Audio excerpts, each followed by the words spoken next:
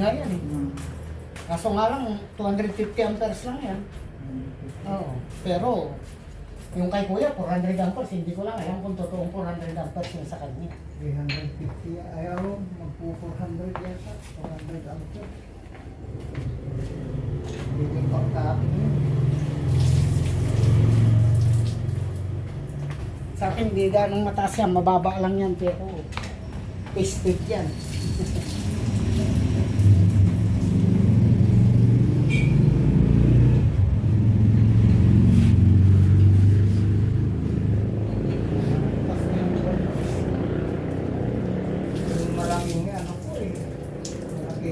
Yung mirror, 250 lang yun. 250 lang yung malaking building. Hindi naman kailangan yung sobrang laki dahil hindi ka naman nagtatrabaho sa mga construction.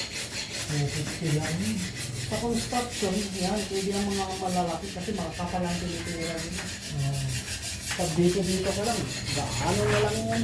Ang nipis na mga angle pa.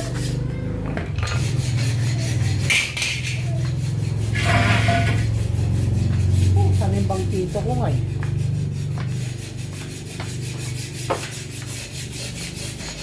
Nagawang ko na ang tubo. Tubo na lang lalagay ko. Pangit pag yan.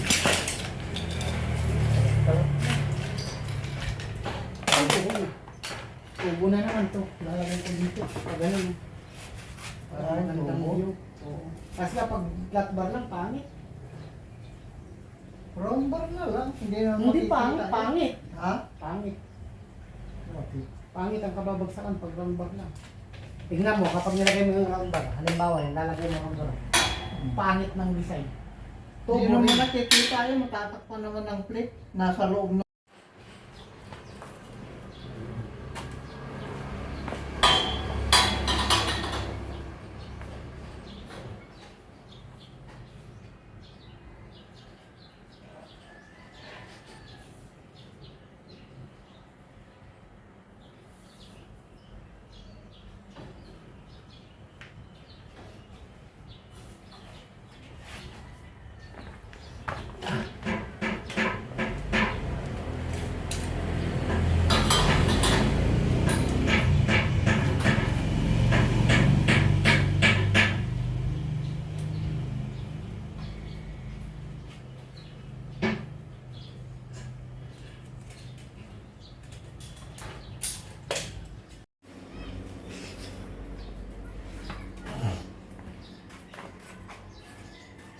Ay, kapila mo na.